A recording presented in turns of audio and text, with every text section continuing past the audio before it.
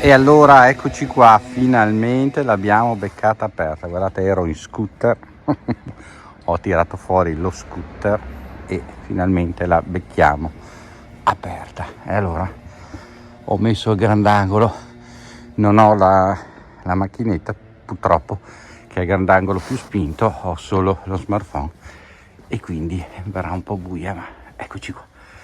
Questa è la famosa chiesetta di cui vi parlavo. E qua abbiamo una ricostruzione della chiesetta, vedete? Non ho nemmeno il microfono, spero che si senta, ma alzerò poi la voce semmai in post produzione. Buona giornata a tutti e adesso vi faccio vedere le particolarità di questa chiesa. Questa è una chiesetta romanica costruita a sua volta, adesso vi faccio vedere, su un'altra chiesa, e questo è un fatto particolare.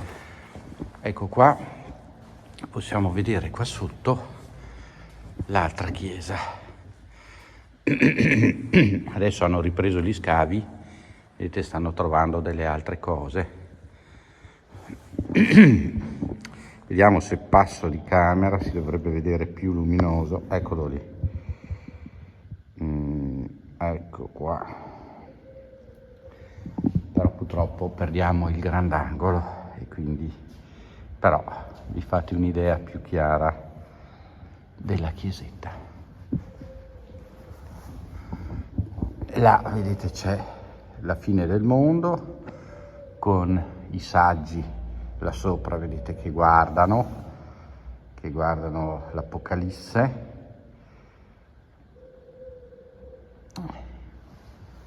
E invece dalla parte opposta, adesso faccio un saluto a Sua Maria Teresa che voleva tanto vedere questa chiesa e non sta molto bene, quindi le faccio un saluto. E dalla parte opposta invece c'è la madre dell'imperatore Costantino, attenzione, vedete che cerca la vera croce. Torturano nelle persone per sapere qual è e poi in fondo prova la vera croce su un malato, se il malato guarisce quella è la vera croce. Ma ci sono altre particolarità in questa chiesa che adesso vi faccio vedere. Allora, intanto notate le 3 foglie d'accanto. Nelle chiese spesso vedete una specie di pianta con 3 foglie così, sta a indicare le navate della chiesa.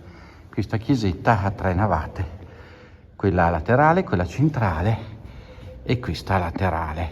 Quindi abbiamo le 3 foglie d'accanto, si chiama.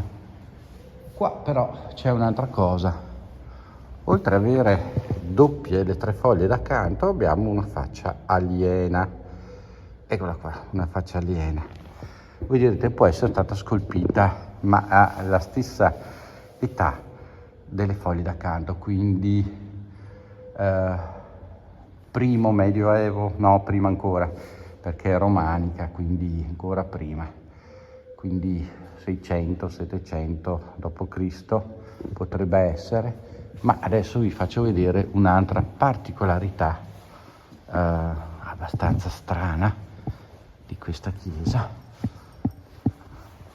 Vediamo se riesco. Eccola qua, la prima la troviamo sulla prima colonna. Abbiamo le 3 foglie d'accanto e abbiamo la colomba, lo Spirito Santo.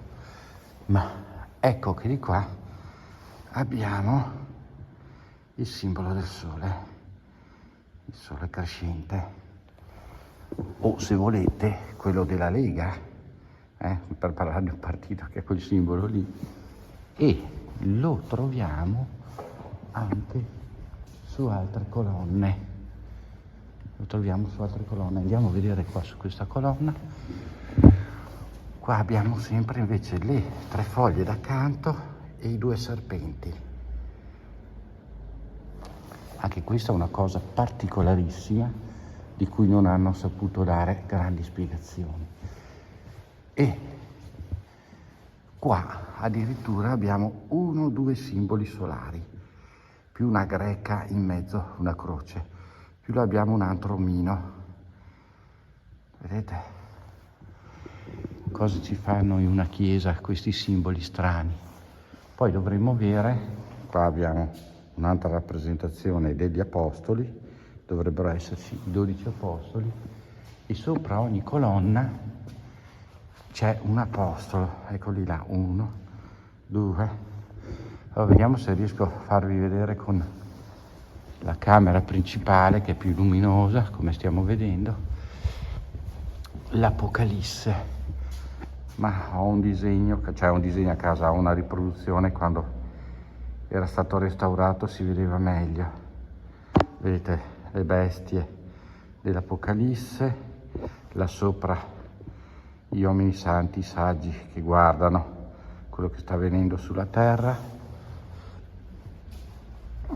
E come abbiamo detto, qua invece abbiamo la ricerca della vera croce.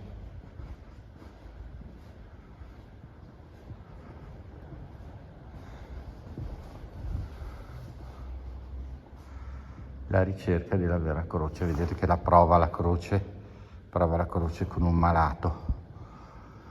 E qua invece c'è Gesù. E qua ce n'è un altro, ovviamente. Qua invece è l'opera di un artista locale che ha fatto la Madonnina di San Severo, vedete, con la chiesetta in braccio. Ecco, io mi sono sposato in questa chiesa e da piccolino sono caduto da qua, perché da ragazzini venivamo anche a giocare dentro a questa chiesa.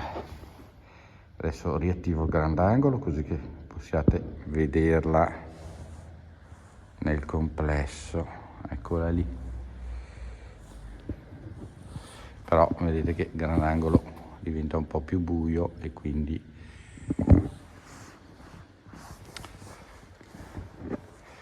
ecco, questa è una piccola roslin proprio.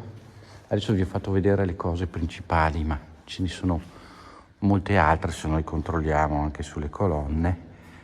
Vedete le 3 navate che sono strane. Ne dovremmo trovare, a parte l'alieno, ci dovrebbe essere, adesso non ricordo più, è un po' di tempo che non vengo. Qua le 3 foglie d'accanto sono state messe in un angolo, cioè è stato fatto tutto un po' strano. Eccola qua, vista grandangolare delle 3 navate, 3 foglie, 3 navate, 1, 2 e 3.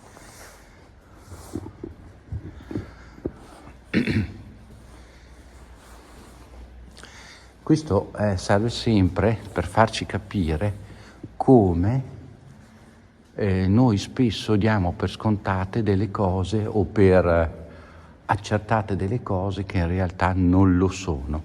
Nell'antichità, come in questa chiesa romanica, le tradizioni, le credenze, la fede erano mescolate insieme.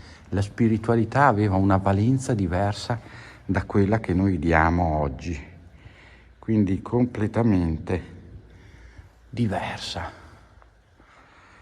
E questo ci aiuta a capire come spesso siamo in errore pensando che determinate cose siano sempre state così e siano la verità. Invece non lo è. Con questo non è tutto da buttare, ovviamente, molte cose sono vere e lo erano nell'antichità. Altre cose sono cose che abbiamo aggiunto noi uomini per darci una regola, per darci un sistema, ma hanno quasi nulla a che vedere con quanto Dio ci ha indicato. E questa chiesa ne è un esempio. Il fatto che ci sia il sole calante, cioè il sole crescente, scusatemi, il simbolo del sole, è spesso rivisto anche nelle chiese, perché vedete che l'altare è a est, dove sale il sole, resuscita, e la porta è a ovest, dove il sole tramonta. Per noi tramonta proprio là, al di là del lago. Quindi quasi tutte le chiese hanno questa indicazione, questo a far vedere il ciclo di nascita, morte e risurrezione. Bene, sono riuscito a farvi vedere questa chiesetta che ci tenevo da un po' di tempo, la chiesetta di San Severo. Magari vi farò un video più specifico con tutti i particolari, ma diventa un po' un documentario alla Quark. E qua fuori è dove abbiamo visto che c'è il piccolo Genito, che anche lì è interessante capire perché è stato messo lì, come mai è stato messo fuori da una chiesa in quel posto lì. Per chiudere un buco, qualcuno potrebbe dire mancava un tassello nel muro? No, questo è una cosa particolare che nessuno ha saputo spiegare. Fuori dalla chiesa abbiamo questo, e qua invece ho trovato l'artefice, è stato trovato qua in zona ed è stato messo qua, ma non faceva parte della chiesa. Qui transis firmum firmum, cum uxore ne vexe sanctus iacent nullic nocet. 931 è la data, se non sbaglio è MD, sottraiamo la D che è 100 alla M che è 1000, quindi 900, 3x è 30 e la I è 31, se non erro qua al volo così in mezzo alla strada. Qui giace firmum firmum con la moglie, dove nulla gli può più nuocere, quindi marito e moglie sepolti insieme. E qua è dove poi c'è, che vi avevo fatto vedere, il Genito, che andiamo a vedere insieme di nuovo. Vi faccio vedere. Mi fermeranno le guardie svizzere.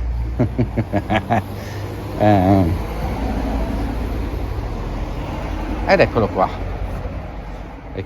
il nostro Genito, che è l'angelo, lo chiamano Genito in dialetto, è per quello che ve lo chiamo Genito, è l'angelo custode che protegge i bambini morti non battezzati o morti appena nati e li aiuta nel trasporto nell'aldilà.